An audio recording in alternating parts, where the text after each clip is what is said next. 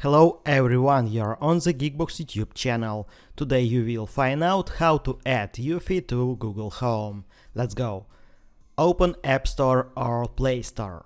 Find and install Eufy app.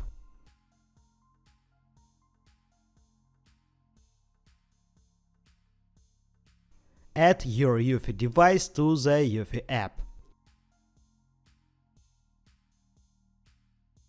After that, open the Google Home app. Devices, Add. Works with Google. Find Eufy.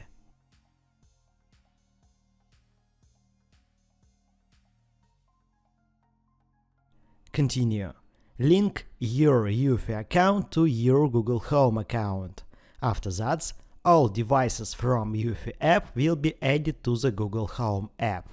That's it. Now we know how to add Eufy to Google Home. Thanks for watching. Please like and subscribe to the channel. Good luck and see you soon.